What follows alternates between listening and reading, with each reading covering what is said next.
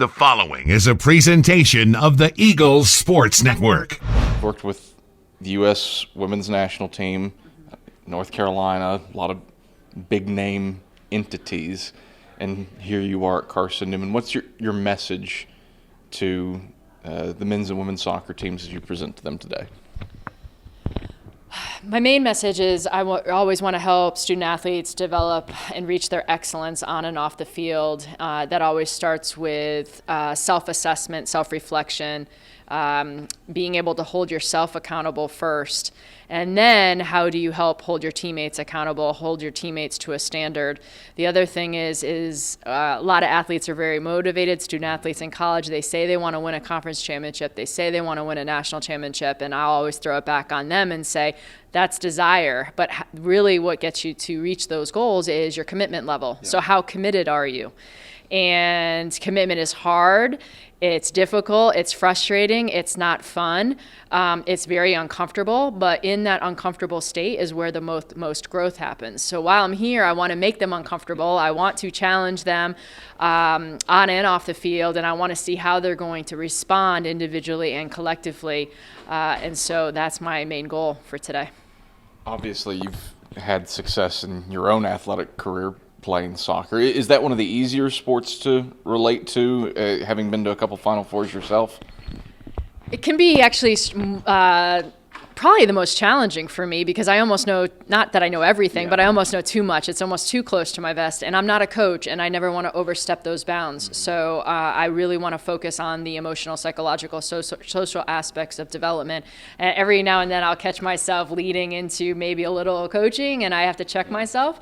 And so I have to admit, soccer players were a little high maintenance.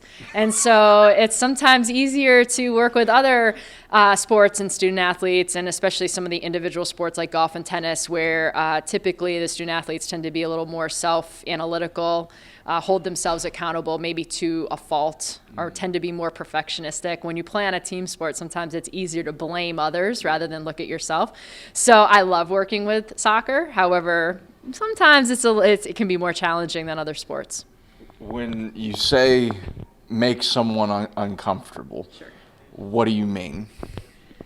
I want them to be uncomfortable, maybe emotionally, psychologically, physically. So sometimes you try to wear them down a little bit physically so the emotional comes out. I want them to have to look at themselves in the mirror and see their strengths and limitations. And no one really wants to receive negative feedback or look at like the dark aspects of themselves. But that's where you're going to have the most growth. And so I want to challenge them. When they say something, I want to challenge their thoughts, their attitudes, and try to maybe do some cognitive restructuring where you change your thoughts to change your behavior. What does it say about the Carson-Newman soccer program as a whole that they're willing to have you come out and do this? Are you kidding? I mean, that's the most amazing part of it. You really have to have confident coaches to have someone like myself come in and work with your team. You have to, because you're going to see everything. You're going to see them raw, broken. And a coach who is willing to have someone like myself come in and work is very confident, is someone who really wants to and believes in reaching excellence on and off the field.